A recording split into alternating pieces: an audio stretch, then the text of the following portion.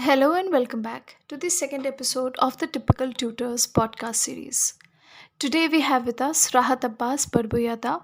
He has secured a rank of 114 in APSC CSE 2022-23.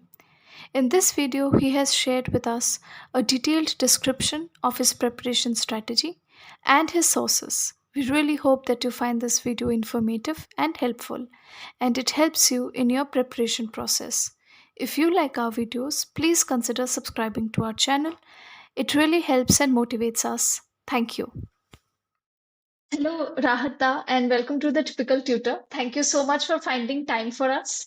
Now, my first question to you is we would like to have a brief introduction of yours so that we can know what brought you towards the civil services preparation. First of all, thank you to the typical tutor and you, Ibtisam, for inviting me to this wonderful session.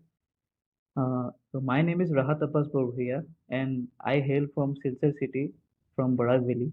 And I have done my schooling from Kendriya Vidyalaya Silchar and passed out my higher secondary in 2016. Thereafter, I went to pursue my engineering from Jorhat Engineering College till 2020. And after that, I was roaming around the streets to find the purpose of my life to crack an exam. And thereafter, I came across this exam, the coveted civil service examination, and started my preparation. Okay, da. So basically, আপনার মানে যোনটো environment asile and other various other such factors basically motivated you. There was no such passion or some initial very big turning point or something. As in how you went about career hunting, you found this suitable for yourself. Yeah. Yes. Okay. Okay. So, having said that, what was your regular routine like during your preparation? Like, how many hours did you study? There is a lot of hype and a lot of misinformation about the hours that the people who clear the exam they study and all. So, I would want you to tell our viewers what was your regular routine like. See, before coming to this, I would like to mention how I came into this journey of preparation. চ' যেতিয়া মই কলেজৰ পৰা ওলাইছিলোঁ তেতিয়া মই engineering এক্সামবোৰ দি আছিলোঁ, তাৰপিছত gate exam দিছিলোঁ, এটাও মোৰ ক্লিয়াৰ হোৱা নাছিলে সেইকেইটাৰ মাজত। তাৰপিছত মই বেংকিং এছ এছ চিও ট্ৰাই কৰিছিলোঁ কিছুমান টাইমৰ কাৰণে। তাৰপিছত গৈ মই কি কৰিছিলোঁ, কেৰিয়াৰ অপশ্যন বিচৰা ষ্টাৰ্ট কৰিছোঁ যে কোনটো মোৰ কাৰণে ভাল হ'ব। তেতিয়া মই ভাল কেৰিয়াৰ অপশ্যনত চিভিল ছাৰ্ভিচ পালোঁ। এইটো এটা পইণ্ট আছে দেই ইয়াত, যে ষ্টাৰ্টিঙত হয়তো মই আউট অফ কম্পালশ্যন মই চিভিল ছাৰ্ভিচ ষ্টাৰ্ট কৰিছিলোঁ, কাৰণ মই বেলেগ কেৰিয়াৰ অপশ্যন বিচৰা নাছিলোঁ, বিচাৰি পোৱা নাছিলোঁ। কিন্তু লাহে লাহে সেইটো এটা ডায়লগ কয় যে শুৰুৱাত মজবুৰি মে গই থি লেকিন ফিৰ মজা আনে লগা, সেইটোৱে হ'ল মোৰ লগত। পঢ়ি পেলাই যেতিয়া গোটেই চিলেবাছটো চালোঁ মই চিভিল ছাৰ্ভিচৰ, and the current affairs which we use to study every day throughout the year, সেইটোৰ লগত ইমানেই মানে জড়িত হৈ গ'লোঁ মই যে এটা এটা বস্তু মই নিজৰ লাইফৰ লগত ৰিলেট কৰিব পাৰিছোঁ। তাৰপিছত ছ'চিয়েল ইছ্যুজৰ পৰা গভৰ্নেন্স হওক বা ইণ্টাৰনেশ্যনেল ৰিলেশ্যনছ হওক, পলিটি, হিষ্ট্ৰী, চব বস্তুতে মানে ইমানেই এটা ইণ্টাৰেষ্ট সোমাই গ'ল যে এটা মমেণ্টত এনেকুৱা থটছ আহি গ'ল যে হোৱাট ইফ মই যদি আৰ্টছ ল'লোঁ হয়, মে বি বেটাৰ হ'ল হয়, সেনেকুৱা চিটুৱেশ্যন আহি গৈছিল। চ' এইটোতো আছিলে বেকগ্ৰাউণ্ড। আৰু এতিয়া যিহেতু তুমি সুধিছা যে কেনেকৈ মোৰ ডেইলি ৰুটিন আছিলে, চ' ডেইলি ৰুটিনটো মই কৈ আছোঁ যে ডেইলি মই এটা বস্তু ৰেগুলাৰলি কৰিছিলোঁ, ঠিক আছে, কনচিষ্টেণ্টলি। সেইটো আছিলে ডেইলি নিউজ পেপাৰ পঢ়া আৰু যিকোনো কোচিং ইনষ্টিটিউটৰ নিউজ পেপাৰ এনালাইচিছ ভিডিঅ'বোৰ চোৱা, ঠিক আছে।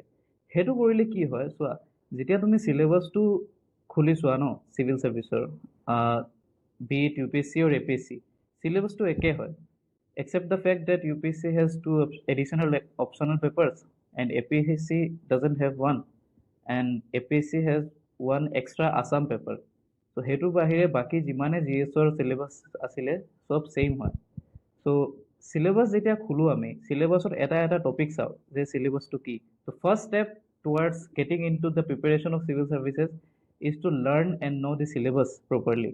অ'কে, চিলেবাছটো থাকিলে কি হয়, তুমি যেতিয়া যিকোনো কাৰেণ্ট এফেয়াৰ্ছ পঢ়িবা, ছাপ'জ নিউজ পেপাৰত মই আজি এটা বস্তু পঢ়িলোঁ, আৰ্টিকেল পঢ়িলোঁ, মোৰ মানে ছেকেণ্ডত ৰিয়েলাইজ হৈ যাব যে এইটো চিলেবাছৰ কোনটো পাৰ্টত আছে। তো সেইমতে মোৰ শ্বৰ্ট নোটছবোৰ মই ছেগ্ৰিগেট কৰি দিওঁ টপিক ৱাইজ। কাৰেণ্ট এফেয়াৰ্ছৰ নোটছ বনাইছিলোঁ মই ষ্টাৰ্টিঙত, যেতিয়া এক্সাম দিয়াৰ আগলৈকে কাৰেণ্ট এফেয়াৰ্ছৰ নোটছ বনাইছিলোঁ ডেইলি। তাকো মানে ডেইলি কাৰেণ্ট এফেয়াৰ্ছ বুলি নহয়, ছাপ'জ আজি কাৰেণ্ট এফেয়াৰ্ছত মই 5টামান টপিক ওলাইছোঁ, ছাপ'জ এটা পলিটিৰ পৰা, এটা ইণ্টাৰনেশ্যনেল ৰিলেশ্যনছৰ পৰা, এটা গভৰ্নেন্সৰ পৰা, সেনেকৈ 5টা বেলেগ বেলেগ ছাপ'জ আহি গ'ল, আছামৰো আছে 2টামান। চ' মই ইনভেণ্টৰী বনাইছিলোঁ গোটেই ছাবজেক্ট ৱাইজ, ঠিক আছে, নাকি ডেইলি টপিক্স। ডেইলি টপিক্স হিচাপত বনোৱা নাছিলোঁ। সেইটো ইনভেণ্টৰী কি কৰে তোমাক লাষ্টলৈকে ন ইমানেই হেল্প হ'ব ন, যে তুমি বেলেগ চ'ৰ্চ বেলেগ ক'ৰবাত মানে চাবলগীয়া নহয় লাষ্টত গৈ। চ' ডেইলি ৰুটিনত মই কৈছোঁ, মই একদম চিম্পল কৈছোঁ, মই এনেকুৱা নহয় যে 10 ঘণ্টা 12 ঘণ্টা 15 ঘণ্টাকৈ পঢ়িছোঁ। মই যদি ডেইলি 5 ঘণ্টা পঢ়োঁ, সেই 5 ঘণ্টাটো মই ডেইলি পঢ়োঁ। এনেকুৱা নহয় যে এদিন 10 ঘণ্টা তাৰপিছত নেক্সট ডে ব্ৰেক লৈ ল'লোঁ, সেনেকুৱা নহয়। পঢ়িছিলোঁ মই ডেইলিয়ে, চ' ডেট ফ্ল'টো ব্ৰেক নহয়। কাৰণ এইটো এক্সাম এনেকুৱা ন, তুমি যদি ফ্ল'টো ব্ৰেক কৰি দিয়া ন, তাৰপিছত সেই ফ্ল'টো ৰিগেইন কৰা আকৌ বহুত দিগদাৰ হৈ যায়। বহুত মানুহে কি কৰে, প্ৰিপেৰেশ্যনৰ টাইমত ঘৰৰ বাহিৰত যদি গৈ কোনোবাই প্ৰিপেৰেশ্যন কৰে, প্ৰিপেৰেশ্যন মাজতে ফেষ্টিভ ছিজনৰ পৰা ক'ৰবাত কেতিয়াবা ঘৰত মানে ঘূৰি আহে ঘৰত, 7 দিন এসপ্তাহ 10 দিনৰ মানৰ ব্ৰেক লৈ লয়। সেইটো ব্ৰেক মোৰ মতে ল'ব নালাগে একচুৱেলি। যদি এদিনৰ কাৰণে বন্ধ আছে, এদিনৰ কাৰণে ব্ৰেক ল'লে হ'ল, তাতকৈ বেছি নহয়। সেইটো প্ৰব্লেম কৰে পিছত প্ৰিপেৰেশ্যনত। আৰু ষ্টেটিক ছাবজেক্টত যদি মই ক'ব যাওঁ, তেতিয়াহ'লে গোটেইকেইটা ষ্টেটিক ছাবজেক্টৰ ৰিচ'ৰ্চেছ আছে বেলেগ বেলেগ, প্লাছ তুমি কোনটো ৰিচ'ৰ্চ চিলেক্ট কৰা সেইটো তোমাৰ ওপৰত। সেইটো মাৰ্কেটত কণ্টেণ্টটো চব ফালে আছে, ইমানেই কণ্টেণ্ট আছে বেছি আজিকালি ডিউ টু দ্য ইণ্টাৰনেট, যে তুমি কোনটো চিলেক্ট কৰিবা কোনটো নাই সেইটো কনফিউশ্যন খাবই, এটা ভাল এক্সপিৰিয়েণ্টে খাবই। এণ্ড ভাল এক্সপিৰিয়েণ্ট বুলি মই সেইকাৰণে কৈছোঁ, কাৰণ ভাল এক্সপিৰিয়েণ্টে বিচাৰে যে মই আৰু কিবা আৰু ভাল কণ্টেণ্ট লাগে, আৰু বেছি কণ্টেণ্ট লাগে। যোনে বহুত মানুহে এনে পঢ়ি দিয়ে প্ৰেছাৰত, যে পিয়াৰ প্ৰেছাৰত পঢ়ে, কোনোবা ফেমিলি প্ৰেছাৰৰ কাৰণে পঢ়ে চিভিল চাৰ্ভিচ। চ' তেতিয়া মানে যি পায় তাকে পঢ়ি দিয়ে স্কুলৰ নিচিনা। চ' সেইটো কৰিব নালাগে। Sudha, my next question to you would be, what was your approach towards the preparation? Apnar general approach to কি আছিলে? Did you have separate strategies for prelims, mains? Like now we would want to go into the details of how you prepared, what were your sources, and your your strategy for each phase of the exam. That would be the next question. Yep. যেনেকৈ মই ষ্টাৰ্টিঙত কৈছিলোঁ, ইঞ্জিনিয়াৰিঙৰ পৰা লোৱাৰ পিছত মোৰ G এছৰ একো knowledge নাছিলে। আই ৱাজ ট'টেলি এ টেকনিকেল গাই। চ' তেতিয়াৰ টাইমত মই ভাবিছিলোঁ, মই যদি নিজৰ পৰা যদি ষ্টাৰ্ট কৰোঁ পঢ়া এটা এটা ছাবজেক্ট, মে বি মই কৰিব নোৱাৰিম। সেইটো মোৰ আণ্ডাৰ কনফিডেঞ্চ এটা আছিলে মোৰ। I was not confident about that at all. So' সেইকাৰণে মই কোচিং ইনষ্টিটিউট এটা জইন কৰিছিলোঁ সেইটো টাইমত। চ' সেইটো কোচিঙৰ পৰা মই কি কৰিছোঁ, গোটেই বেচিক বস্তুবোৰ মই গ্ৰাছ কৰিছোঁ এটা এটা ছাবজেক্টৰ। এণ্ড মই সেইটো বস্তু মানে স্কেলেটন হিচাপত বনাইছোঁ। গোটেই মানে যিমানখিনি কোচিঙৰ পৰা লৈছোঁ, that acted as a skeleton to my preparation. And then I have added the fleshes, bloods, veins and arteries, all those from my side. So' এটা এটা ছাবজেক্টৰ কথা যদি ক'ব যাওঁ, তেতিয়াহ'লে বেচিক ছাবজেক্ট যোনখিনি হয়, polity, history, geography, environment, economics বা আছামৰখিনি, সেইকেইটা কাৰণে ন, বেচিকেলি আমি হেৰি কৰিব নালাগে যে এতিয়া ছাপ'জ পঢ়ি আছোঁ, মই যদি অকল অবজেক্টিভ পইণ্টছকেইটা চাওঁ গোটেইকেইটা টপিকৰে, প্ৰত্যেকটো টপিকৰ চোৱাৰ ভিউ পইণ্টটো, টপিকটোত চোৱা মানে ভিউ পইণ্টটো বেলেগ বেলেগ হ'ব পাৰে, ঠিক আছে। এটা ভিউ পইণ্ট হ'ব পাৰে যে মই অকল ফেক্টছখিনি ওলাই আছোঁ আৰু মানে লাৰ্ণ কৰি আছোঁ, সেইখিনি মেমৰাইজ কৰি আছোঁ। আৰু এটা পাৰ্ট হ'ব পাৰে এনালিটিকেলি বুজিব বিচাৰিছোঁ যে ডিপলি এইটোত কি হৈ আছে, প্ৰ'জ এণ্ড কনছ, চেলেঞ্জেছ, যিকোনো এটা টপিক ৰিলেটেড আৰু। চ' দুটা এপ্ৰ'চ আছে, সেই দুটা এপ্ৰ'চ কম্বাইন কৰি চলিব লাগিব আমাৰ প্ৰিলিমছ অহালৈকে, ঠিক আছে। মই যদি ষ্টাৰ্টিঙত প্ৰিলিমছত পঢ়িলোঁ হয় অকল, তেতিয়াহ'লে প্ৰিলিমছৰ পিছত মেইনছত দিগদাৰ হ'ল হয়। যদি মেইনছৰ কাৰণে পঢ়োঁ ষ্টাৰ্টিঙত, তাৰপিছত প্ৰিলিমছে ক্লিয়াৰ নহ'ল হয়। চ' সেইটো কাৰণে মই কি কৰিছিলোঁ, দুইটাই কম্বাইন কৰি চলিছিলোঁ। আৰু যেতিয়া নটিফিকেশ্যন ওলাই গৈছিল প্ৰিলিমছৰ কাৰণে, তেতিয়া I completely shifted into the prelims preparation. It is attempting mock test and all. So exactly that is what now there is a lot of misconception or like sort of Hmm. hype in the It is industry like, in the hmm, UPSC industry. 4 months may prelims clear, 4 months course, crash course, all these things do not really help in the long run. That's what yeah, we yeah, need to have a comprehensive approach towards the comprehensive preparation. আৰু ষ্ট্ৰেটেজিৰ কথা মই ক'ব বিচাৰিছোঁ এটা বস্তু Mm-hmm. যে বহুতে কয় ন যে মোৰ ষ্ট্ৰেটেজিটো ফ'ল' কৰি ল'বা ক্লিয়াৰ হৈ যাব।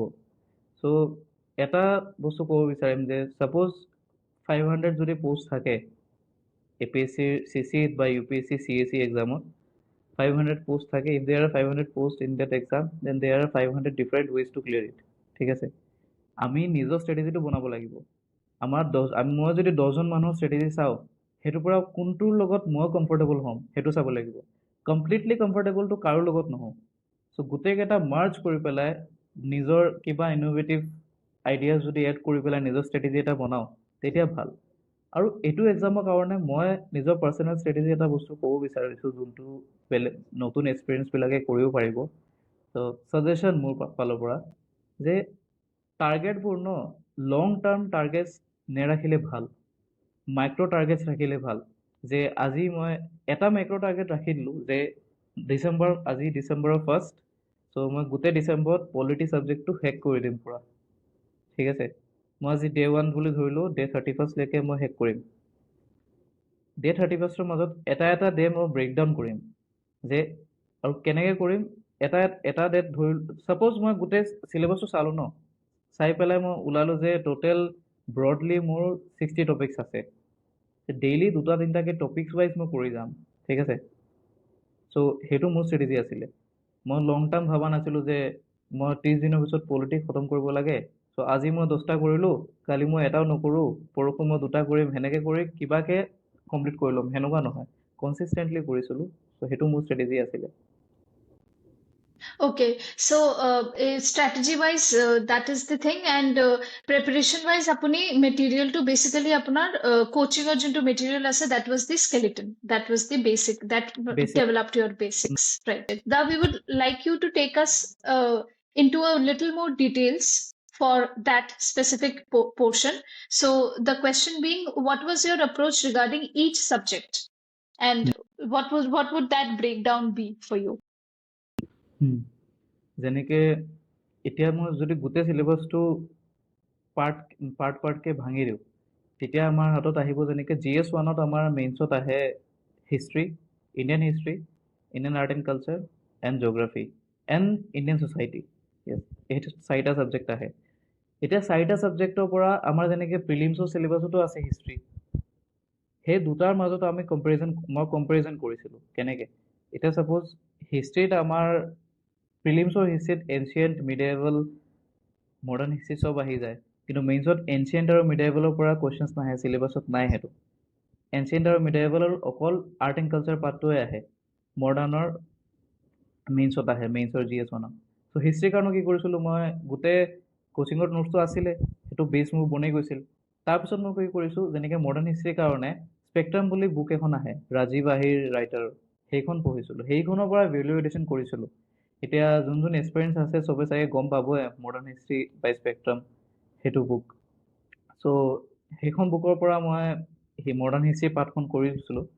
আৰু for prelims content, that is basically focused on ancient history and medieval history, সেইটো কাৰণে মই কি কৰিছিলোঁ, বেলেগ বেলেগ টেষ্ট লগাইছিলোঁ। বেলেগ বেলেগ ষ্টেট পাব্লিক ছাৰ্ভিচ কমিশ্যনৰ যোনখিনি টেষ্ট হয়, টেক্সট বুক যোনটো এপ আছে আমাৰ, টেক্সট বুকত বেলেগ বেলেগ পাব্লিক ছাৰ্ভিচ কমিশ্যনৰ কুৱেশ্যনছ থাকে, প্লাছ UPSC চিভিল ছাৰ্ভিচ এক্সামিনেশ্যনৰ কুৱেশ্যনছ থাকে। সেইখিনি কুৱেশ্যনছৰ পৰা ইমানে ফেক্টছ মানে কালেক্ট কৰিছোঁ ন, সেইখিনি ফেক্টছে মই ভৰাই দিছোঁ এটা এটা টপিকৰ ভিতৰতে ভেলুৱেশ্যন কৰি পেলাই। চ' প্ৰিলিমছৰ নোটছ মোৰ সেনেকৈ ৰেডি হৈ গৈছিল, থ্ৰু চলভিং দি কুৱেশ্যনছ, কাৰণ বেচিক ষ্ট্ৰাকচাৰটো মোৰ আছিলে। চ' এইটো হ'ল হিষ্ট্ৰী। তাৰপিছত মেইন ছাবজেক্ট এটা আহি গ'ল পলিটি আমাৰ। পলিটিৰ কাৰণেতো বেষ্ট যোনটো বেচিক বুক হয় আমাৰ লক্ষ্মীকান্তৰ, লক্ষ্মীকান্তৰ বুক ইণ্ডিয়ান পলিটি, সেইটোৱে চবেই পঢ়ে। সেইটো ময়ো পঢ়িছিলোঁ ষ্টাৰ্টিঙত। ত' ষ্টাৰ্টিঙত ইনফেক্ট কোচিং জইন কৰাৰ পিছত ষ্টাৰ্টিঙত মই সেইখনেই পঢ়িছিলোঁ। ফাৰ্ষ্ট ছাবজেক্ট আমাৰ কোচিঙত পলিটি পঢ়োৱা নাছিলে, তেতিয়া মই ভালেখিনি বুজি পাইছিলোঁ। কিন্তু কোচিঙৰ যেতিয়া নোটছখিনি মোৰ আহি গ'ল, কোচিঙৰ যেতিয়া মই পলিটি কৰিলোঁ, তেতিয়া মই আকৌ পলিটিৰ ষ্ট্ৰাকচাৰটো মই পাই গ'লোঁ। ষ্ট্ৰাকচাৰটো পোৱাৰ পিছত লক্ষ্মীকান্তত ঢেৰ বস্তু আছে ন, সেইখিনি ইণ্টিগ্ৰেট কৰিছোঁ। ঠিক আছে। তাৰপিছত যেনেকৈ জিঅ'গ্ৰাফী মই কি কৰিছোঁ, ষ্টাৰ্টিঙত মই NCERT পঢ়িছিলোঁ কোচিঙৰ আগত। কোচিঙত অলপ দেৰিকৈ ষ্টাৰ্ট হৈছিল। চ' ষ্টাৰ্টিঙতে NCERT ফিজিকেল জিঅ'গ্ৰাফী ক্লাছ 11ৰ আৰু ইণ্ডিয়ান জিঅ'গ্ৰাফী ক্লাছ 12ৰ NCERT, সেই দুটা পঢ়িছিলোঁ। সেই দুটাত মানে ইমানে ভালকৈ বস্তুবোৰ দিয়া আছে ন, চিলেবাছৰ লগত অলমষ্ট গোটেইকেইটা ছাবজেক্ট মানে টপিক মেটচ হৈ যায়। ঠিক আছে। আৰু আমাৰ ছাবজেক্ট থাকি গ'ল ইকনমিক্স। ইকনমিক্সৰ কথা এটা বস্তু ক'ব বিচাৰিছোঁ, কলেজৰ টাইমতো আমাৰ ইকনমিক্স ছাবজেক্ট এটা আছিলে। So' I was not too strong in economics. That's why honestly মই ক'ব বিচাৰিম যে ইকনমিক্সৰ কাৰণে মই কোচিঙত ৰিলাই কৰিছিলোঁ। ঠিক আছে। বেছিক ইকনমিক্সৰ যোনখিনি কনচেপ্ট সেইখিনি কাৰণে মই বেলেগ বুক পঢ়া নাছিলোঁ। তাৰ ওপৰতে ইকনমিক্স বিল্ড আপটো মই কেনেকৈ কৰিছোঁ, কাৰেণ্ট এফেয়াৰ্ছৰ পৰা। কাৰেণ্ট এফেয়াৰ্ছত ইকনমিক্সৰ অলমষ্ট 70-80% চিলেবাছ কভাৰ হৈ যায়। সেইটো যোনে কাৰেণ্ট এফেয়াৰ্ছ ডেইলি পঢ়িব গম পাব কেনেকৈ হয়। গোটেই চিলেবাছটো ছাইডত থৈয়ে পঢ়িব লাগিব কাৰেণ্ট এফেয়াৰ্ছ, সেইটোৱে কথা। তাৰপিছত আহিলে আমাৰ এনভাইৰনমেণ্টৰ এখন বহুত ধুনীয়া কিতাপ এখন আছে। সেইখন হ'ল শংকৰ আয়াছৰ এনভাইৰনমেণ্টৰ বুক, এনভাইৰনমেণ্ট বাই শংকৰ আয়াছ। তো সেইখন পঢ়িলেতো গোটেই চিলেবাছে হৈ যাব। কোচিঙৰ নোটছ কোনোবা পঢ়ে নপঢ়ে সেইটো কথা নাই, নিজৰ ফালৰ পৰা যদি পঢ়ে। প্লাছ কাৰেণ্ট এফেয়াৰ্ছ মই চব ছাবজেক্টক লগত মই কাৰেণ্ট এফেয়াৰ্ছটো সেইকাৰণে এড কৰি আছোঁ। কাৰণ যেতিয়া মেইনছ পেপাৰটো দিব যাব ন চবে, ষ্টেটিকটো চবে পঢ়িব, কিন্তু মেক্সিমামৰ কাৰেণ্ট এফেয়াৰ্ছ ক্লিয়াৰ নাথাকে। চ' কাৰেণ্ট এফেয়াৰ্ছ দিয়ে ভেলুৱেশ্যন হ'ব কুৱেশ্যনত। কাৰেণ্ট এফেয়াৰ্ছে এক্সামটো ক্লিয়াৰ কৰাব। অকল ষ্টেটিক পঢ়ি এক্সাম ক্লিয়াৰ নহ'ব। আৰু প্ৰিলিমছততো ষ্টেটিকৰ কুৱেশ্যন আজিকালি কমেই সোধে, কাৰেণ্ট এফেয়াৰ্ছ বেছি সোধে। এইকেইটাটো হ'ল বেছিক ছাবজেক্ট। ঠিক আছে। তাৰ লগতে আমাৰ এইখিনিতেই অলমষ্ট প্ৰিলিমছৰখিনিতো হৈয়ে যাব। ঠিক আছে। লগতে আছামৰ কথা ক'ব বিচাৰিছোঁ এটা বস্তু, যে যিহেতু I was from CBSE background, I didn't have any idea of Assam history or Assam geography before joining the preparation of civil services. So বহুত ভয় আছিলে ষ্টাৰ্টিঙত যে অসমৰখিনি কেনেকৈ কৰিম। তাৰপিছত মই আমাৰ কোচিঙৰ ছাৰ এজন আছিলে, যোনে আছাম হিষ্ট্ৰী পঢ়ায়, আছাম জিঅ'গ্ৰাফী পঢ়ায়, তেওঁৰ লগত কথা পাতিলোঁ। মোৰ মানে এইটো বেলেগ ভয় আছিলে দেই, যে আছাম হিষ্ট্ৰীটো কেনেকৈ পঢ়িম, মই চেবাতটো পঢ়া নাই। আৰু ক্লাছ কৰোঁতেও মেক্সিমাম মানুহে আছামৰ কথা গম পায় চব বস্তু, মই গমেই নাপাওঁ একো। তাৰপিছত ছাৰে ক'লে যে যোনখিনি ক্লাছ কৰি আছা তুমি, সেইখিনি ক্লাছ কৰা। লগতে বেলেগ দুখন বুক আছে হা, আছাম ইয়াৰ বুক আৰু আছাম জেনেৰেল নলেজ বাই শৈলেন বৈশ্য। সেই দুখন ছাইড বাই ছাইড ভেলুৱেশ্যনৰ হিচাপত পঢ়ি যোৱা। লগতে আছাম ট্ৰিবিউন এডিশ্যনেলি পঢ়া। মই সেইটো টাইমত ইণ্ডিয়ান এক্সপ্ৰেছ পঢ়ি আছিলোঁ, অকল ইণ্ডিয়ান এক্সপ্ৰেছ পঢ়ি আছিলোঁ, আছাম ট্ৰিবিউন টাচ কৰা নাছিলোঁ। চ' যেতিয়া আছামৰ পঢ়া ষ্টাৰ্ট দিছোঁ, তেতিয়াৰ পৰা আছাম ট্ৰিবিউনো ষ্টাৰ্ট দিছোঁ। তেতিয়া মানে ইমান ধুনীয়াকৈ এটা মানে কি ক'ম মই, এটা এনেকুৱা এনভাইৰনমেণ্ট এটা ক্ৰিয়েট কৰিছোঁ মই নিজৰ কাৰণে, যে আছামৰ কুৱেশ্যনখিনি, আছামৰ টপিকখিনি মই এনেকৈ পঢ়োঁ যে এটা টপিক পঢ়াৰ পিছত সেইটো মই চাই লওঁ শৈলেন বৈশ্য আৰু আছাম ইয়াৰ বুকত, চাই পেলাই সেইটো লগত ভেলিউডেশ্যন কৰোঁ, নিজৰ নোটছ বনাওঁ নিজৰ নোটছৰ লগত। লগতে মই বহুত বেছি MCQ চল্ভ কৰিছিলোঁ। আছামৰ ক্ষেত্ৰত কি হয়, আমি যদি আছাম জেনেৰেল নলেজ বা আছাম হিষ্ট্ৰী MCQs বুলি গুগলত চাৰ্চ মাৰোঁ, তেতিয়া মানে ইমানে MCQs ওলাব ন, ইমানে ফেক্টছ ওলাব, সেইখিনি মানে যথেষ্ট হৈ যায় যিকোনো এক্সামৰ কাৰণে। চ' সেইখিনি পঢ়িয়ে বহুতখিনি আইডিয়া হৈ যায় বাৰু। ত' সেনেকৈ মই আছামৰ প্ৰিপেৰেশ্যন কৰিছিলোঁ। আৰু কাৰেণ্ট এফেয়াৰ্ছটো আছে আছাম ট্ৰিবিউন আৰু ইণ্ডিয়ান এক্সপ্ৰেছৰ লগত। চ' এইখিনিতো প্ৰিলিমছৰ গোটেইকেইটা টপিক হৈয়ে গ'ল এইখিনিতেই। লগতে GS, এতিয়া মেইনছৰ যদি GS পেপাৰৰ কথা ক'ব যাওঁ, তেতিয়া মই অলপ ডিটেইলছত কৈছোঁ, কাৰণ মই বিচাৰোঁ যে চবে জানক এইটো বস্তু। মেইনছৰ কি কৰিছিলোঁ মই, এছে পেপাৰতো মই পিছত আহিম, এছে পেপাৰ এখন আছে। মই GS 1ত আহিছোঁ। GS 1ত আমাৰ আছিলে history, society, art and culture and geography. তো জিঅ'গ্ৰাফীটো মই কৈছোঁ যেনেকৈ কৰিছিলোঁ ষ্টাৰ্টিঙত। ঠিক আছে। তাৰপিছত কি কৰিছোঁ, গোটেইকেইটা অলমষ্ট 2013-14ৰ পৰা, সেইটো টাইমৰ পৰা UPSCৰ পেটাৰ্ণ চেঞ্জ হৈছিলে মেইনছৰ। সেইটো টাইমৰ পৰা যিমান PYQs আছিলে, গোটেইকেইটা PYQ কি কৰিছোঁ, মই চল্ভ পিছত কৰিছোঁ, মই চল্ভ আগত কৰা নাই। মই কি কৰিছোঁ, ছাপ'জ ধৰি লোৱা জিঅ'গ্ৰাফীৰ 2013ত আছিলে 5টা কুৱেশ্যন, 14ত আছিলে 3টা কুৱেশ্যন, সেনেকৈ কৰি টোটেল ধৰি লোৱা 100টা কুৱেশ্যন আহিছে 10 to 12 years পিৰিয়ডত। সেই 100টা কুৱেশ্যনছত মানে অভাৰঅল মানে সেই 50 to 60 টপিকছৰ ওচৰতে মানে কুৱেশ্যনবোৰ ঘূৰি থাকে। চ' মই সেই 50 to 60 টপিকছ যোনকেইটা ওপৰত কুৱেশ্যনবিলাক আহিছে, আমি যে কওঁ যে ঘূৰাই পকাই কুৱেশ্যনবোৰ দিয়ে যে এটা টপিকৰ চাৰাউণ্ডিঙতে, চ' সেনেকৈ টপিক ওলাইছিলোঁ, ঠিক আছে, geography and not only geography, for each and every subject of all the GS papers of mains examination মই সেনেকৈ কৰিছিলোঁ, টপিক ওলাই দিছিলোঁ কুৱেশ্যনৰ পৰা। তাৰপিছত সেইটো টপিকৰ পৰা কেনেকুৱা কুৱেশ্যন আহিব পাৰে, কিমান পচিবিলিটিছ থাকে যে এটা টপিকৰ পৰা 10টা কুৱেশ্যন বনাব পাৰি, সেনেকুৱা কুৱেশ্যনছৰ মই শ্বৰ্ট নোটছ বনাইছিলোঁ। ছল্ভ কৰা নাছিলোঁ মই PYQ, মই PYQজেৰে শ্বৰ্ট নোটছ বনাইছিলোঁ। জিঅ'গ্ৰাফী সেনেকৈ same goal, history same goals for art and culture and Indian society. Indian ছ'চাইটিৰ কথা এটা ক'ব বিচাৰিছোঁ যে ইণ্ডিয়ান ছ'চাইটিৰ টপিকবোৰ মানে যিকোনো এটা বুকত পোৱা নাযায়, এনেকুৱা ডেডিকেটেড বুক নাই যেনেকৈ পলিটি বা হিষ্ট্ৰী আছে। ত' ইণ্ডিয়ান ছ'চাইটিৰ টপিকবোৰ মোৰ মতে চবতকৈ বেষ্ট হয় যিকোনো ইনষ্টিটিউটৰ যদি কিবা মেটেৰিয়েল থাকে, যিকোনো, not necessarily you take coaching or anything else, but মাৰ্কেটত বহুত মেটেৰিয়েল আছে, যিকোনো এখন নোটছ উঠাই দিলে ইণ্ডিয়ান ছ'চাইটিৰ, আৰু লগতে কাৰেণ্ট এফেয়াৰ্ছত ডেইলি বেচিছত যোনখিনি ছ'চিয়েল ইছ্যুজ হৈ আছে সেইকেইটা তুমি ৰিলেট কৰিব পাৰিবাই, যিকোনো এক্সপেৰিয়েঞ্চে ৰিলেট কৰিব পাৰিব। ত' সেইটোৰ লগত ইণ্টিগ্ৰেট কৰিলে ধুনীয়াকৈ ইণ্ডিয়ান ছ'চাইটি হৈ যায়। তাৰপিছত আহিলে আমাৰ GS2। GS2ত হ'ল আমাৰ polity, governance and international relation. So' পলিটিকটো যেনেকৈ কৰিছিলোঁ, PYQ ছল্ভ কৰিছোঁ, ছেইম জিঅ'গ্ৰাফী হিষ্ট্ৰী নিচিনা। আগৰ প্ৰিপেৰেশ্যন যোনটো আছিলে কম্প্ৰিহেনচিভ প্ৰিপেৰেশ্যন সেইটো থাকিলে, আৰু মেইনছৰ টাইমত PYQ ছল্ভ কৰিছিলোঁ। তাৰপিছত আহিলে IR, ইণ্টাৰনেশ্যনেল ৰিলেশ্যনছ। এইটো বহুত ইণ্টাৰেষ্টিং টপিক দেই, কিন্তু এইটোৰো যদি আমি মাৰ্কেটত বুক বিচাৰিব যাওঁ তেতিয়া মানে একদম থেচিছ টাইপ বুক থাকে, ত' তাৰ পৰা পঢ়িব বহুত দিগদাৰ হয়, considering the fact that it is true that everything under the sun is the syllabus of APSC or UPSC, কিন্তু সেনেকুৱা বুকছ পঢ়িলে আমাৰ মানে ক্ষতিয়ে হয়, ভাল নহয়। কাৰণ যোনটো চিলেবাছে ডিমাণ্ড কৰি আছে, যোনটো এক্সামে ডিমাণ্ড কৰি আছে, তাতকৈ বেছি আমি পঢ়িব গৈ আছোঁ। We are not here to do a PhD, we are here to clear the exam. So' সেইটো আমাৰ মাথাত ৰাখিব লাগিব, ঠিক আছে। বহুত এক্সপেৰিয়েঞ্চেটো কৰে যে মই চব পঢ়িম, মই চব পঢ়ি দিম, মই ইয়াতকৈ অলপ এক্সটেণ্ড কৰি পঢ়ি দিম, মই লিখি দিম। লিখিতো দিবা, এক্সামিনাৰে যদি বুজি নাপায় তেন্তে কি হ'ব? মাৰ্কছটো নোপোৱা সেইটো কাৰণে এক্সট্ৰা, সেইটোৱে কথা। চ' চিলেবাছৰ ডিমাণ্ডৰ হিচাপত কৰিব লাগে। চ' IR মই কি কৰিছিলোঁ, কোচিঙৰ নোটছ আছিলে, আৰু ডেইলি কাৰেণ্ট এফেয়াৰ্ছত কিবা নে কিবা IR বস্তুবোৰ হৈ থাকে। আৰু স্পেচিয়েলি ক'ভিডৰ পিছত গ্ল'বেল অৰ্ডাৰটো এনেকুৱা হ'ল, চবে গম পাবই য'তে ত'তে কিবা কিবি হৈয়ে থাকে। চ' IR কণ্টেণ্ট ডেইলি বেচিছত বনায়।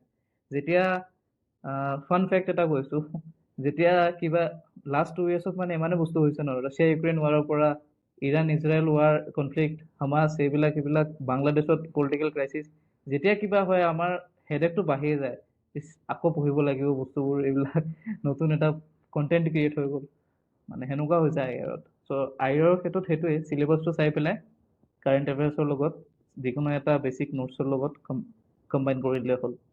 গভৰ্নেন্সটো হৈ যায়, গভৰ্নেন্সটো কাৰণ কাৰেণ্ট এফেয়াৰ্ছ অলমষ্ট 100% হৈ যায়। Governance is all about schemes, policy implementation and all সেইবিলাক। GS3টো বহুত লেন্দি GS, সেইখন পেপাৰ।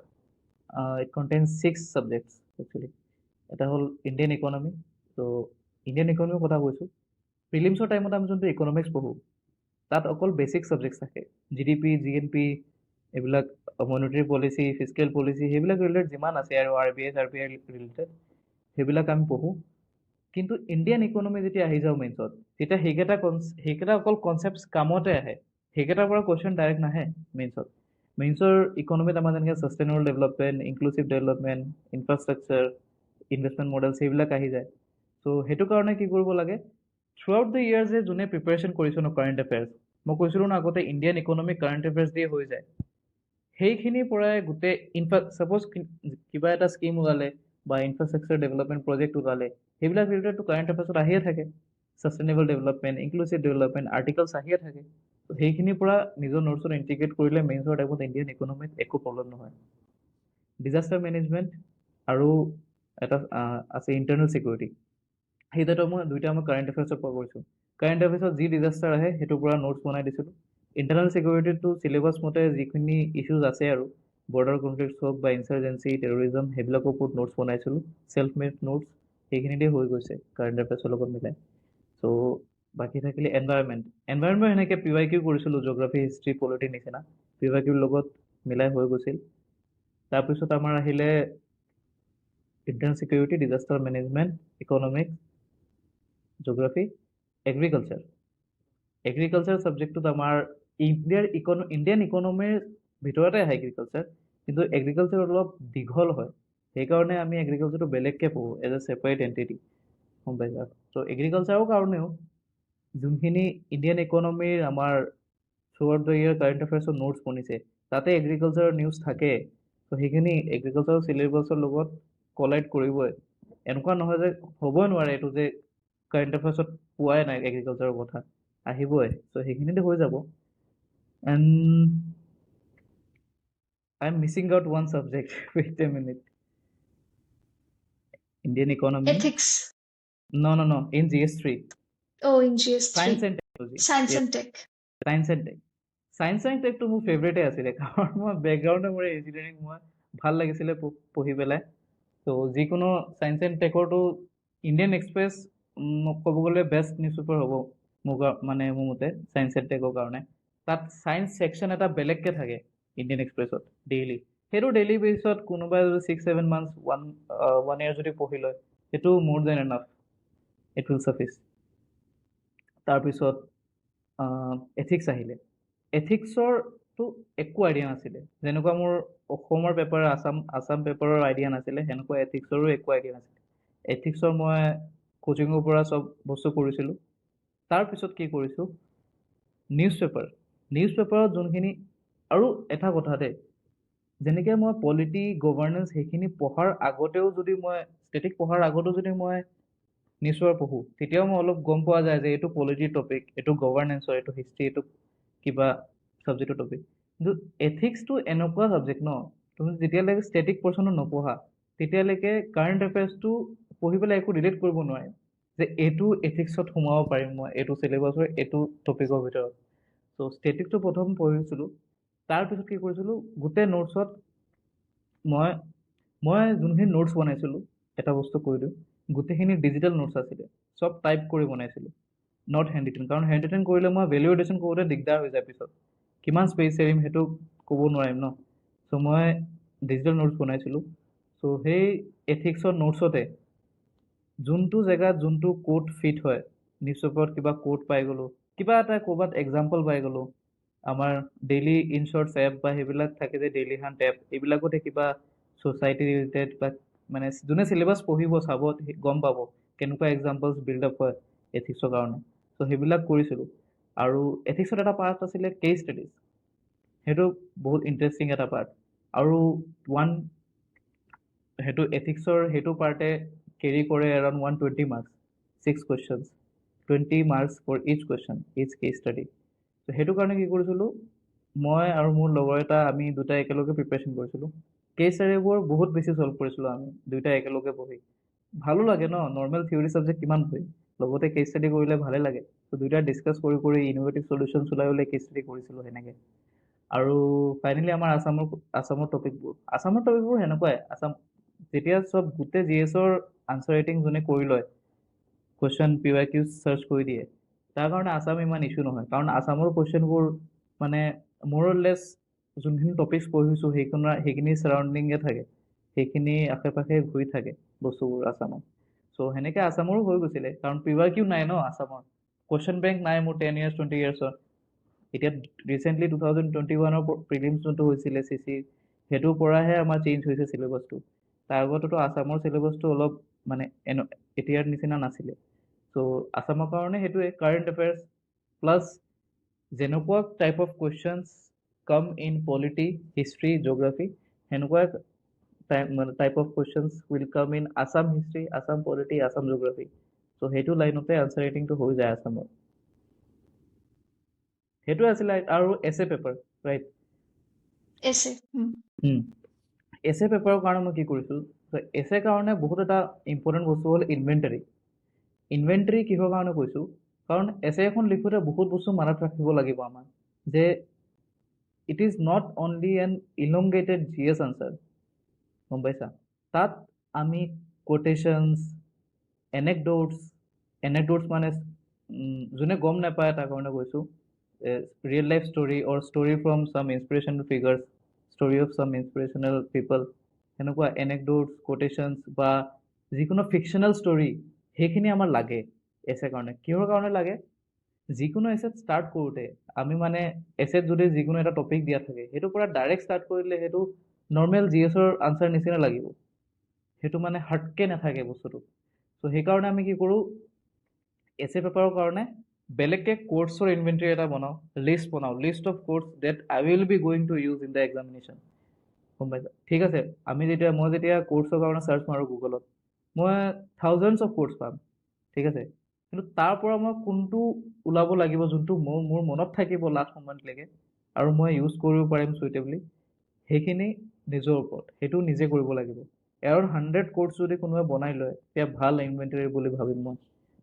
তাৰপিছত এনেকডোটছো গুগলত চাৰ্চ মাৰিলে যিকোনো মানুহে চবে পাই যাব। বেলেগ বেলেগ স্বামী বিবেকানন্দ হওক, মহাত্মা গান্ধী হওক, এব্ৰাহাম লিংকন, যিখিনি আৰু পপুলাৰ ফিগাৰ্ছ আছে, চবৰে লাইফ ষ্টৰিজৰ পৰা পাই যাব। প্লাছ ফিকশ্যনেল ষ্টৰিজো মানুহে দিয়ে বহুত, মুভিজৰ পৰা, হেৰি পটাৰ, মাৰ্ভেল মুভিজ, সেইবিলাকৰ পৰা দিয়ে। Still I will suggest not to go in to it, because মানে পেপাৰবোৰ যোনে চেক কৰে, তেওঁলোকে হয়তো সেইকেইটা মুভি নেচাবও পাৰে ন। চ' মুভিৰ ৰেফাৰেঞ্চটো নিদিলে ভাল বেছি, মই ভাবোঁ। ঠিক আছে, স্পৰ্টছৰ ওপৰতো বহুত এনেক্ডট বনি যায়। চ' এছে সেনেকৈ প্ৰিপেৰেশ্যন, আৰু এছেত এটা বস্তু, প্ৰিভিয়াছ ইয়াৰ UPSC টপাৰ্ছৰ যোনখিনি এছেৰ পেপাৰ আছে, সেইখিনি ভিজন IAS বা নেক্সট IAS সেনেকুৱা ৱেবছাইটত থাকে এছেৰ মক টেষ্টৰ পেপাৰ, সেইখিনি এবাৰ চাব লাগে মোৰ মতে। সেইখিনি চালে নিজৰ এটা আইডিয়া হৈ যায় কেনেকৈ এছে লিখিব লাগে, তাৰপিছত নিজৰ মতে এছেবোৰ প্ৰেক্টিচ কৰি থাকিব লাগে, ঠিক আছে। চ' কম্প্ৰিহেনচিভ এটা মই আইডিয়া দিলোঁ, যিমান পাৰিছোঁ কম টাইমত। Yeah, that was really detailed. I think it must have solved the confusion of a lot of students. Because you have been mentioning that current affairs has been such an important part of your notes all through this while, so I'm tempted to ask what has been your main source for current affairs? ষ্টাৰ্টিঙতো মই news paper পঢ়োঁতে bore খাইছিলোঁ বহুত, ষ্টাৰ্টিঙৰ আগতে পঢ়া নাছিলোঁ। চ' তাৰপিছত মই কি কৰিলোঁ, মই ভাবিলোঁ নিউজ পেপাৰ এনালাইচিছ ভিডিঅ' যোনবিলাক ইউটিউবত থাকে, তাৰ পৰাই ষ্টাৰ্ট কৰোঁ। ত' তাৰপিছত মই তাতে SPM IAS একাডেমি বুলি কোচিং যোনটো আছে, তাৰ নিউজ পেপাৰ এনালাইচিছৰ ভিডিঅ' পালোঁ মই। মোৰ লগৰ এজনে দিছিলে চাবলৈ, সেইটো ভাল বুলি। তেতিয়া মই চাব লৈছিলোঁ। ত' তাৰ পৰা মোৰ কাৰেণ্ট এফেয়াৰ্ছৰ কেনেকৈ পঢ়িব লাগে, কোনখিনি আৰ্টিকলছ পিক আপ কৰিব লাগে নিউজ পেপাৰৰ পৰা, সেইখিনি শিকিলোঁ। আৰু সেইকেইটা ভিডিঅ' মই থ্ৰু আউট মাই প্ৰিপেৰেশ্যন মই কণ্টিনিউ কৰিলোঁ ডেইলি বেচিছত, মিছ দিয়া নাছিলোঁ। 2 মাহ এনেকৈ কৰি কৰি মোৰ যেতিয়া এটা ব্ৰিফ আইডিয়া হৈ গ'ল যে কোনখিনি টপিক পঢ়িব লাগে নিউজ পেপাৰৰ পৰা, কোনখিনি পঢ়িব নালাগে, তেতিয়া নিউজ পেপাৰ পঢ়া ষ্টাৰ্ট দিছিলোঁ, Indian Express. And till then মই আছাম ট্ৰিবিউনখন পঢ়া ষ্টাৰ্ট দিয়া নাছিলোঁ, আগতেও কৈছিলোঁ মই এইটো কথা। So' Indian Express along with daily news paper analysis video' from YouTube, সেইকেইটা দুইটা লৈ মই কাৰেণ্ট এফেয়াৰ্ছৰ চ'ৰ্চ আছিলে সেইটো। আৰু letter part of my preparation মই গৈ আছাম ট্ৰিবিউনো পঢ়া ষ্টাৰ্ট দিছিলোঁ, দুইটা একেলগে। আৰু এটা কথা, প্ৰিলিমছৰ নটিফিকেশ্যন ওলোৱাৰ পিছত নিউজ পেপাৰটো পঢ়া অলপ দিগদাৰ হৈ যায়, টাইম কনজিউমিং হৈ যায়, কাৰণ মক টেষ্ট বহুত লগাব লাগে ন। চ' তেতিয়া যদি কোনোবা বিচাৰে এভইড কৰিব পাৰে সেইটো। এণ্ড মেইনছৰ টাইমত আকৌ কিন্তু নিউজ পেপাৰ পঢ়িব লাগিব, সেইটো কথা। Okay, lastly, in the sense that with regards to the preparation, what was your approach for the interview? Did you have certain specific strategy for that? Exactly. চব মেইনছৰ পিছত কি হৈছে, মই গোটেই 2 বছৰ প্ৰিপেৰেশ্যনত ব্ৰেক লোৱা নাছিল, একচুৱেলি ব্ৰেক লোৱা নাছিলোঁ বেছি। চ' তেতিয়া মই ঘৰত গুচি আহিছিলোঁ 20 ডেইজৰ কাৰণে। মই এইবিলাক বস্তু সেইকাৰণে কৈছোঁ চ' ডেট চবে ৰিলেট কৰিব পাৰে, জাষ্ট ওপৰৰ পৰা কোৱা নাই, মই ভিতৰত গৈ কৈছোঁ যে সেই 20 ডেইজ ব্ৰেকত মই গোটেই ইণ্টাৰভিউত কি কি কৰিম সেইবিলাক ডিচাইড কৰিছোঁ ঘৰত বহি বহি, যে ইণ্টাৰভিউৰ কাৰণে কি কি ৰিকুৱাৰমেণ্ট, কি কি চাই।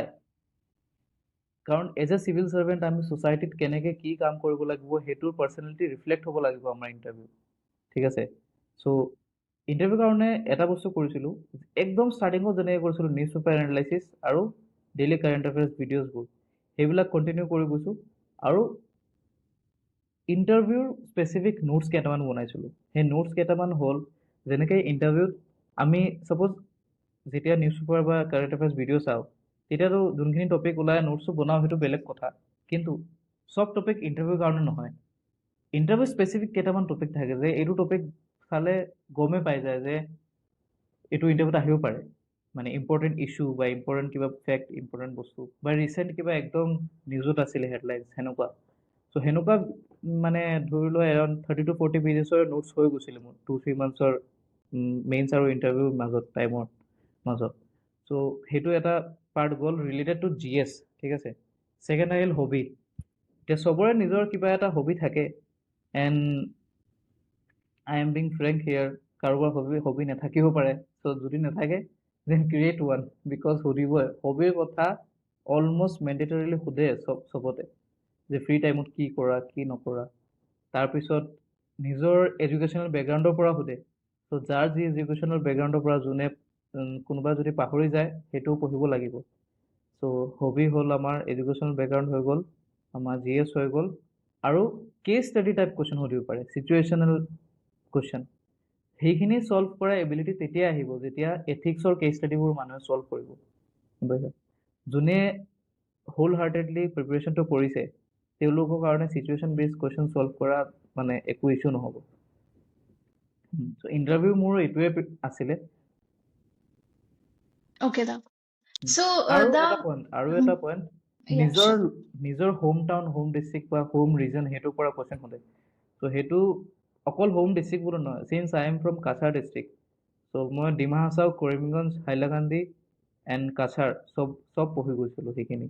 চ' নিজৰ এডজেচেণ্ট ডিষ্ট্ৰিক্টখিনিও পঢ়িব লাগিব। Okay, da. So, now the next question for you is the what, according to you, were the mistakes that you had committed during your preparation that you would like to advise? Mistakes মিষ্টেক্সক যদি ক'ব যাওঁ মই, তেন্তে ষ্টাৰ্টিঙত current এফেয়াৰ্ছৰ mistake এটা কৈ আছোঁ মই যেতিয়া নোটছ বনাব ষ্টাৰ্ট কৰিছোঁ ন, তেতিয়া বহুত কম্প্ৰিহেনচিভলি বনাব গৈছিলোঁ নোটছবোৰ। তেতিয়া 5 to 6 months পিছত মোৰ 5 to 6 months কাৰেণ্ট এফেয়াৰ্ছতে ইমানমান হৈ গৈছিল, চব ছাবজেক্ট মিলাই। তাৰপিছত মই ডিচাইড কৰিছোঁ এইটো নাম্বাৰ 1 মিষ্টেক। তাৰপিছত মই একদম ব্ৰিফকৈ লিখিছোঁ। ছাপ'জ এটা টপিক আহিলে সেইটো যোনটো জেগাত মই 1 পেজকৈ লিখিছিলোঁ, সেই 1 পেজটোকে মই 4-5 বা 5 to 6 লাইনছত মই কনভাৰ্ট কৰি দিছোঁ। সেইটো একদম শ্বৰ্টকৈ, চ' ৰিভিশ্যনৰ টাইমত জল্দি হৈ যায় বস্তুবোৰ। আৰু এটা বস্তু কৈ আছোঁ যে কেইটামান ছাবজেক্টত মই ষ্টাৰ্টিঙত ফ'কাছ কম দিছিলোঁ। সেইটো এটা ছাবজেক্ট হ'ল মডাৰ্ণ হিষ্ট্ৰী। কাৰণ ষ্টাৰ্টিঙত অলপ বৰিং লাগিছিল বস্তুটো। চ' তেতিয়া সেইটো মানে ফ'কাছ কম দিয়াৰ কাৰণে এটা বস্তু হ'ল মেইনছৰ টাইমত মোৰ মানে বহুত বেছি এক্সট্ৰা এফৰ্টছ দিবলগীয়া হ'ল সেইটো ছাবজেক্টত। চ' মই মিষ্টেক্সৰ পৰা শিকিব যদি পাৰোঁ এটা বস্তু এইটোৱে ক'ম যে বিফ'ৰ দি নটিফিকেশ্যন কামছ আউট, গোটেইকেইটা ছাবজেক্ট যদি ক্লিয়াৰ হৈ যায় ন, তেতিয়া মানে চবতকৈ ভাল। গোটেইকেইটা ছাবজেক্ট ইকুৱেলি যদি ক্লিয়াৰ হয় তেতিয়া চবতকৈ ভাল।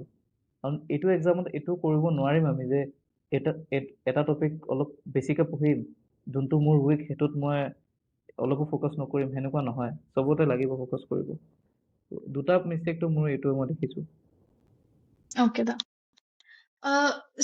There are many aspirants from regions like Barak Valley who fear that language will become a barrier in their journey. So, especially during the interview round. So, what is your advice for them? First of all বস্তুটো হ'ল, if ছামৱান ক্লিয়াৰ্ছ UPSC, চ' তেওঁৰ পষ্টিংটো home ষ্টেটততো নপৰে, বাহিৰতে পৰিব। য'তে পৰিব আমি চাওঁ ডিচিবোৰ যেতিয়া আহে আমাৰ, তেতিয়া লাহে লাহে লোকেল লেংগুৱেজবোৰ শিকিব ধৰে। লোকেল লেংগুৱেজতে কথা পাতে পিছত, যিমান ট্ৰাই কৰে বহুত। চ' UPSC ক্লিয়াৰ কৰিলেও আমাৰ বেলেগ ষ্টেটত গৈ লেংগুৱেজটো শিকিব লাগিবই।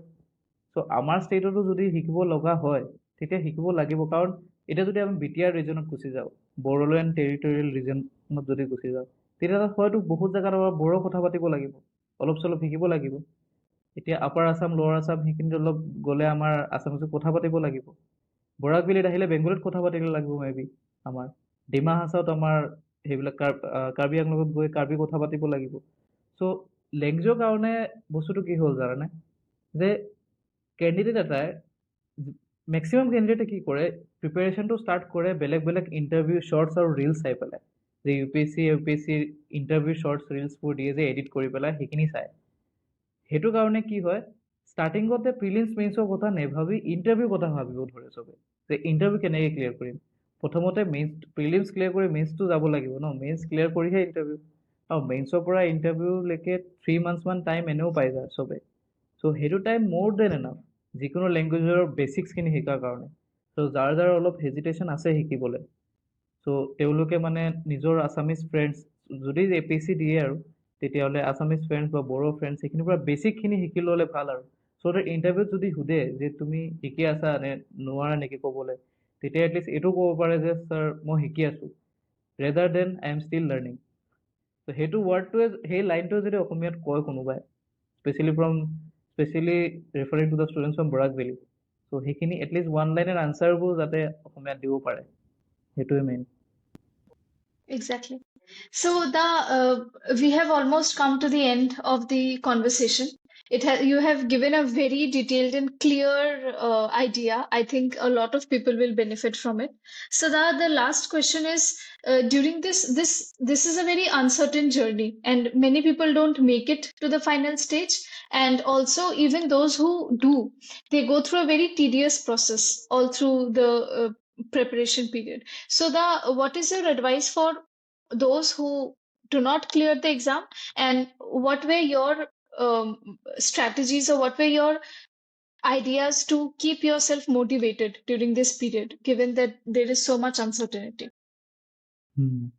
মই দুটা পাৰ্টত এইটো আনচাৰ দিম এইটো কুৱেশ্যনৰ। ফাৰ্ষ্ট পাৰ্টটো হ'ল, চবে কয় যে প্লেন বিৰ কথা ভাবিব লাগে, বাট বস্তুটো কেনেকুৱা হয় জানা, ষ্টাৰ্টিঙত যেতিয়া প্ৰিপেৰেশ্যন কৰে ন, যাৰ মানে ইমানে ডেডিকেশ্যন এইটো এক্সামৰ ৰিলেটেড যে লাগিবই মোক, তাক মই এইটোৱে বস্তু ক'ম যে ফাৰ্ষ্ট এটেম্পটো বহুত ভালকৈ দিবা, একদম নিজৰ জোৰ দি দিবা আৰু, চ' ডেট ফাৰ্ষ্ট এটেম্পটতে ক্লিয়াৰ হয়। যদি নহয়, 2 to 3 মোৰ এটেম্পটছ দিব পাৰা, ডিপেণ্ডিং আপন ইয়ৰ ফাইনেন্সিয়েল কণ্ডিশ্যন। সেইটো বহুত এটা ইম্পৰ্টেণ্ট ফেক্টৰ হৈ যায় আমাৰ আজিকালিৰ যুগত। চ' 3 to 4 attempts maximum I will suggest anyone to give into this examination, কাৰণ এক্সামটোৱে লাইফ নহয় আমাৰ। If anyone wants to do public service, then he or she can do it in other ways also.